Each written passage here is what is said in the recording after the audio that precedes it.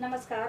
BEd second year विषय शैक्षिक प्रबंधन थर्ड पेपर हमारा, और हम लोग आज बात करेंगे फिर से पाठ्य सहगामी क्रियाओं के गठन में कठिनाइयाँ। मतलब कि जो पाठ्य सहगामी क्रिया होती है, को करिकुलर एक्टिविटीज होती हैं, उनकी जो व्यवस्था की जाती है, उनमें कौन कौन सी कठिनाइयों का सामना एक अध्यापक को या प्रधानाचार्य को या प्रबंधन को होता है, उसकी चर्चा हम लोग करेंगे कुछ बिंदुओं के माध्यम से। पहला है अंधानुकरण। अंधानुकरण मतलब क्या होता है? अंधा अनुकरण मतलब कि बिना सोचे समझे किसी कार्य को करना। अब अंधा अनुकरण अब पाठ्य सहगामी क्रियाओं में कैसे लेंगे कि उदाहरण ले लेते हैं कि कोई भी प्रधानाचार्य या अध्यापक है, वो किसी अन्य विद्यालय में देखकर आते हैं कि वहां पर इस प्रकार की गतिविधियां वहां पर आयोजित होती है, फिर वो आकर विद्यालय में उस कार्य को करना प्रारंभ करते हैं। अब वहां पर तो क्या होता है कि वहां पर वो सारी सुविधाएं जो फैसिलिटीज होती है वो वहां होती है, लेकिन अपने विद्यालय में नहीं है। तो इसमें क्या हुआ कि उन्होंने अनुकरण तो किया, लेकिन यहाँ पर उल्टा पड़ जाता है कि जब व्यवस्थाएं नहीं होती है तो सारी चीज हमें किराए पर लेनी होती है। प्रांगण है, संबंधित जो गतिविधियों संबंधित जो इंस्ट्रूमेंट्स होते हैं वो सारे किराए पर लेने होते हैं। तो यहाँ पर दिक्कतों का सामना करना पड़ता है। तो जब ऐसी आयोजित की जाती है तो अंधा अनुकरण भी यहाँ पर भारी पड़ता है। अंधा अनुकरण की बजाय प्रधानाचार्य या अध्यापक को क्या करना होता है कि अपनी जितनी फैसिलिटी है उसी के आधार पर ऐसे सहगामी क्रियाओं का आयोजन करना चाहिए। फिर है दूसरा है समय सारणी में कम महत्व। समय सारणी में कम महत्व। अब समय सारणी में महत्व की बात करें तो भाई प्रधानाचार्य होता है, अध्यापक होते हैं, वो क्या करते हैं कि बच्चों को, क्योंकि आजकल जो पूरी परीक्षा प्रणाली है, ठीक है, आजकल जितनी भी बात करें हम शिक्षा की, तो शिक्षा है वो परीक्षा पर टिकी हुई है। भाई बच्चे क्या चाहते हैं कि हमारी शैक्षिक निष्पत्ति आगे हो, हम मेरिट में आए, और प्रधानाचार्य भी ये चाहता है कि हमारे विद्यालय का नाम रोशन हो, मेरा जो रिजल्ट है वो 100% हो। इसी कारण क्या करते हैं कि वो गतिविधियों को समय सारणी में स्थान नहीं देते हैं, एक्स्ट्रा क्लास लगाते हैं। भाई जब समय होता है, कालांश बचता है, तो उसमें क्या करते हैं, एक्स्ट्रा क्लास लगा देते हैं, जिससे कि बालक है वहां पर भी वो पढ़ाई करते हैं, इन गतिविधियों में भाग नहीं लेते हैं। परीक्षा प्रणाली के होने के कारण वो क्या करते हैं, ये सारी क्रियाएं करते हैं, क्योंकि जो भी ये सारी चीजें रिजल्ट पर टिकी हुई है, रिजल्ट के लिए क्या करना होगा, पढ़ाई करनी होगी, और पढ़ाई के लिए अत्यधिक पढ़ाई कराई जाए इसलिए वो क्या करते हैं, एक्स्ट्रा क्लासों का आयोजन करते हैं और समय सारणी में स्थान नहीं देते हैं। और कहीं पर दिया भी जाता है समय सारणी में तो वो उस समय का उपयोग नहीं हो पाता है। फिर है साधनों का अभाव। साधनों का अभाव। अब बात यहाँ आती है साधनों की कमी की, क्योंकि साधन होते हैं हमारे पास कम और हम लोग करवाना चाहते हैं बहुत ज्यादा कार्य, तो इससे भी क्या होता है कि साधनों की कमी के कारण हमें किराए पे सामान लाना पड़ता है, और किराए का सामान लाने के लिए अभिभावकों से संपर्क करो, क्योंकि भामाशाह है वही दान, जो अनुदान या दान देंगे उसी के आधार पर ये सारी चीजों की व्यवस्था की जाती है, किराए की व्यवस्था की जाती है। इसीलिए साधनों के अभाव के कारण भी पाठ्य जो सहगामी क्रियाएं हैं वो आयोजित नहीं हो पाती, और आयोजित होती है तो उसका जो व्यय होता है वो प्रधानाचार्य को यहाँ वहां से एडजस्ट करना पड़ता है। फिर है अध्यापकों की अरुचि। अध्यापकों की अरुचि। अध्यापक हैं वो इन सारी क्रियाओं को अतिरिक्त कार्यभार समझते हैं। क्या समझते हैं? वो ये समझते हैं कि एक तो पहले पढ़ो, फिर बच्चों को पढ़ाओ, और फिर इसके बाद ये सहगामी क्रियाएं भी करवाओ, सहगामी क्रिया करवाओ, उससे पहले उसकी तैयारी भी करवाओ। तो ये सारा कार्य वो अतिरिक्त समझते हैं। तो उनकी अरुचि के कारण भी कहीं कहीं पे जब सहगामी क्रिया आयोजित तो की जाती है, लेकिन इसका कोई पॉजिटिव फीडबैक हमें नहीं प्राप्त होता है। तो ये कारण भी होता है कि अध्यापकों की अरुचि के कारण भी ये सहगामी क्रियाएं हैं सही तरीके से नहीं हो पाती, या फिर ये कहें कि हमें सफल आयोजन हम नहीं कर पाते हैं। फिर है छात्रों की अरुचि। छात्रों की अरुचि। छात्रों की अरुचि भी परीक्षा परिणाम पर डिपेंड करती है, क्योंकि प्रत्येक बच्चा, जो प्रतिभाशाली बालक होते हैं, वो हर तरह की क्रियाओं को करने में आगे होते हैं, ठीक है। जैसे एक्टिविटीज जो भी होती है उसमें वो भाग लेना तो चाहते हैं, लेकिन अपने रिजल्ट डाउन ना हो जाए इसी चक्कर में वो भाग नहीं लेते हैं। और अभिभावक है वो भी उनको सहयोग नहीं करते हैं कि तुम जाकर पढ़ाई करो, तुम पढ़ाई करने जा रहे हो, वहां पर ये सारी क्रियाएं तुम करोगे तो पढ़ाई से पीछे हट जाओगे, ठीक है। जो मेरिट की प्रणाली है, भाई प्रथम आने की प्रणाली है, उसी कारण बालक है वो रुचि नहीं लेते हैं, ठीक है। और कहीं कहीं पर ऐसा होता है कि पार्शलिटी चलती है, तो उसके कारण भी बालक क्या करते हैं कि पता है मुझे प्रथम तो मिलना ही नहीं है, तो मैं सहगामी क्रिया में भाग क्यों लूं। ठीक है। फिर है परीक्षा केंद्रित परीक्षा प्रणाली, परीक्षा केंद्रित परीक्षा प्रणाली। हर तरह के नंबर, हर तरह का जो कहे रिजल्ट शैक्षिक निष्पत्ति है वो बच्चों के अंकन पर आधारित होती है। तो बालक है जब इन सहगामी क्रियाओं में भाग लेते हैं तो समय, जब छुट्टी का समय होता है तब भी उन्हें क्या होता है, ये इनकी तैयारी करनी होती है। घर पर भी वो पढ़ाई नहीं कर पाते। कक्षा में तो सहगामी क्रियाएं अगर जब प्रैक्टिस करवाई जाती है तो बालकों को वहाँ जाना होता है, तब वो वैसे कालांश को मिस करते हैं। फिर घर पर जाकर भी अगर कोई मान लो घर पर जाकर भी अगर छुट्टी का दिन है तब भी उन्हें क्या करना होता है, प्रैक्टिस ही करनी होती है। तो यहाँ पर क्या होता है, परीक्षा में उनके नंबर कम आते हैं। पेरेंट्स हैं वो उन्हें टॉर्चर करते हैं कि तुम ये खेलकूद में भाग ले रहे हो या इन क्रियाओं में तुम भाग ले रहे हो, इसी कारण तुम पीछे है। ठीक है। तो परीक्षा केंद्रित परीक्षा प्रणाली के कारण भी, क्योंकि अभिभावक है वो केवल और केवल बच्चे के जो रिजल्ट पर डिपेंड होते हैं कि बच्चा कितने मार्क्स लेकर आया है, मेरा बालक कितने मार्क्स लेकर आया है, क्योंकि उनको समाज में रहना है और समाज से जुड़े सारी जो क्रियाएं होती है वो उन्हें देखनी होती है। ठीक है। तो अब इसी कारण है परीक्षा प्रणाली के कारण बालक है वो इन क्रियाओं में भाग नहीं लेते हैं, अभिभावक है वो परमिशन नहीं देते हैं, इस कारण पाठ्य सहगामी क्रियाएं बाधित होती है। इसके बाद अलावा अधिकारियों का असहयोगात्मक दृष्टिकोण, अधिकारियों का असहयोगात्मक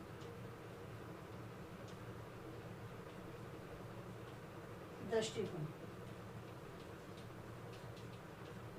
असहयोगात्मक दृष्टिकोण से मतलब है कि अगर हम बोले तो धन की व्यवस्था के लिए भी पीछे हट जाते हैं। जो अधिकारी होते हैं वही कहते हैं कि आप अपनी व्यवस्था के अनुसार ही यहाँ पर क्रियाएं करवाएं। और बालक है, जरूरी नहीं है कि एक कक्षा में अगर 50 बालक है तो 50 की रुचि एक जैसी होगी, नहीं, सबकी रुचि अलग अलग होती है। तो उसी प्रकार से ये सहगामी क्रियाएं आयोजित करनी होती है, क्योंकि औसत को लेकर चलना होता है। तो अलग अलग प्रकार की सहगामी क्रियाएं आयोजित की जाती है, उसमें खर्च भी ज़्यादा होता है।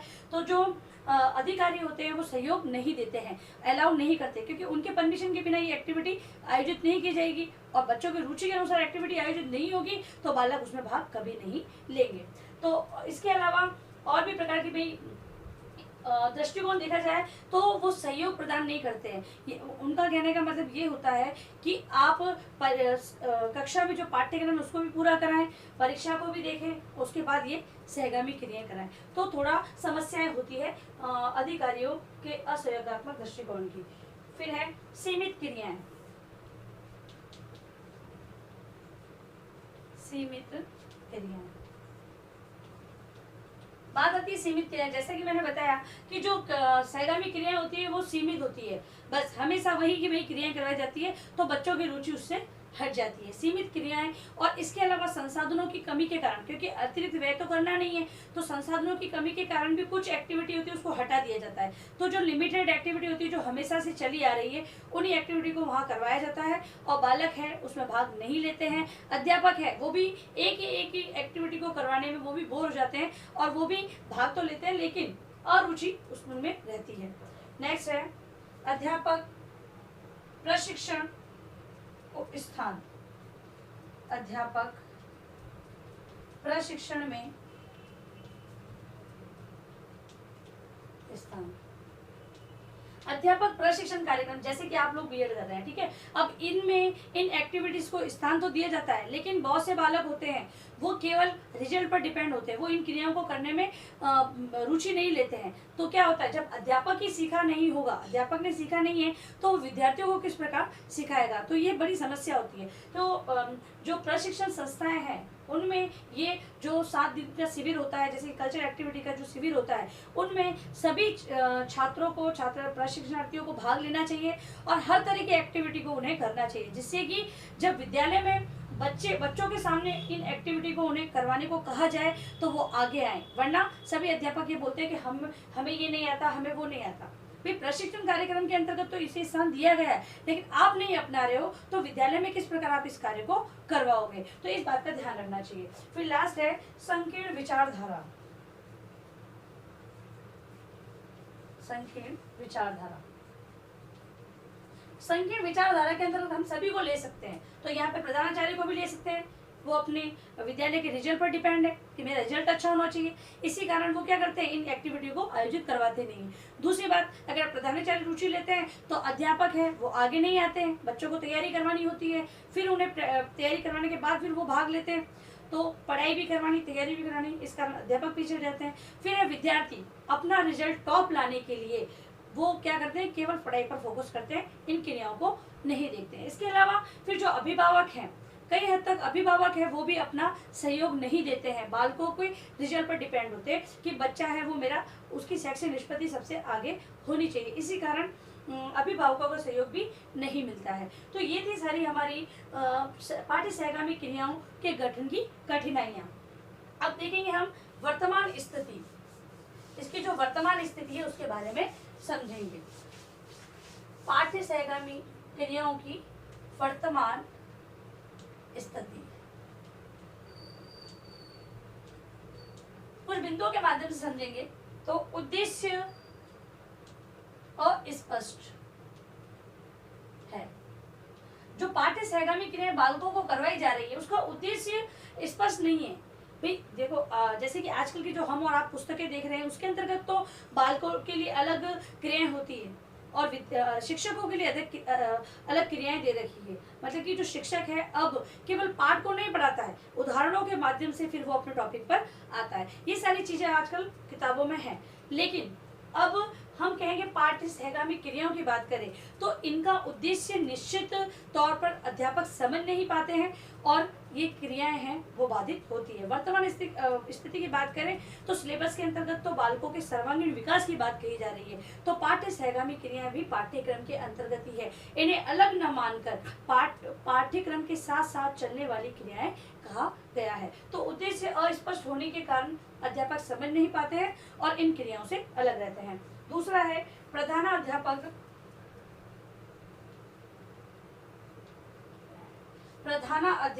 तथा अध्यापकों का नकारात्मक दृष्टिकोण। जैसा कि हम लोगों ने कठिनाई की बात करी थी उसके अंतर्गत भी ये बात हमने की थी। तो प्रधानाध्यापक और अध्यापक है वो नकारात्मक दृष्टिकोण रखते हैं, तब भी ये स्थिति उत्पन्न होती है कि पाठ्य सहगामी क्रियाएं वो बाधित होती है। इसके अलावा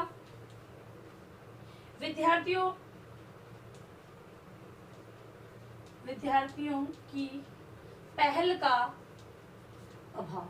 विद्यार्थी है वो पहल नहीं करते, आगे बढ़कर नहीं आते, क्योंकि सीधी सी बात है वो क्या करते हैं कि वो अपनी पढ़ाई पर ध्यान ज्यादा देते हैं और सहगामी क्रियाओं पर कम ध्यान देते हैं। इसी कारण क्या होता है कि जो सहगामी क्रिया है वो बाधित होती है। इसके अलावा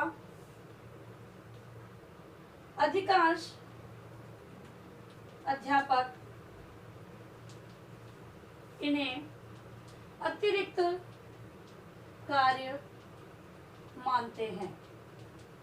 जो अधिकांश अध्यापक होते हैं वो पाठ्य सहगामी क्रियाओं को अतिरिक्त कार्य मानते हैं। वो क्या समझते हैं कि ये हमारा एक्स्ट्रा काम है, ये हमारे शिक्षण से अलग है। जबकि बात तो ये हुई कि पाठ्य सहगामी क्रिया पाठ के साथ साथ, पाठ्यक्रम के साथ साथ चलने वाली क्रिया, लेकिन अध्यापक है वो इन्हें अतिरिक्त कार्य मानते हैं, इसी कारण ये क्रियाएं बाधित होती है। इसके अलावा कार्य का असमान वितरण। जब ऐसी एक्टिविटी आयोजित कर दी जाती है तब भी क्या होता है, कार्य का असमान वितरण होता है। प्रधानाचार्य है जो कार्य करते हैं उनको सारा काम दे देते हैं और बाकी अध्यापक है वो आपस में बातचीत करते हैं, पानी पीते हैं, चाय पीते हैं, इसमें मस्त रहते हैं। तो इससे क्या होता है कि जो अध्यापक कार्य कर रहे हैं उन्हें तो बर्डन नहीं लगेगा कि भाई हम लोग पढ़ाई भी, ये सारी एक्टिविटी की तैयारी भी करवाएं और कार्यक्रम भी आयोजित करें। तो प्रधानाध्यापकों का क्या करना होता है, क्या करना चाहिए कि जो अध्यापक इन कार्यक्रमों में तैयारी या इनका आयोजन में भाग नहीं ले रहे हैं तो उनको बैठक व्यवस्था संबंधी कार्य दे दिया जाए। किसी को जो पेरेंट्स हैं, अभिभावक वगैरह हैं, उनको वो कहाँ बैठेंगे, किस प्रकार उनकी व्यवस्था करनी है, वो सारी व्यवस्था दे दी जाए। इसके अलावा छात्रों को नियंत्रित करने के लिए भी व्यवस्थित एक अध्यापक को रखना चाहिए। ठीक है, तो इस प्रकार के कार्यों का वितरण किया जाएगा तो हमारी जो पाठ्य सहगामी क्रिया है वो बाधित नहीं होगी। तो कार्य का असमान वितरण भी इन्हें इन क्रियाओं में बाधा उत्पन्न करता है। अब आप लिखिए अपना गृह कार्य प्रश्न।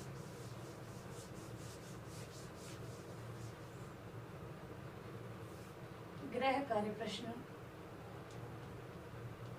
पाठ्य सहगामी क्रियाओं के गठन में कौन कौन सी कठिनाइयाँ आती है तथा इसकी वर्तमान स्थिति का वर्णन करें। ठीक है, ये प्रश्न आपको निबंधात्मक प्रश्न के उत्तर के रूप में आपकी उत्तर पुस्तिका में लिखना है। और अंत में आप लोगों से निवेदन, इस महामारी के दौर में कम से कम ये आवश्यक कार्य होने पर ही घर से बाहर जाते हैं तो 3 बातों का विशेष ध्यान रखें। मास्क लगाएं, सोशल डिस्टेंस रखें और हाथों को बार बार सैनिटाइज करें। सुरक्षित रहे, सभी का ध्यान रखें। धन्यवाद।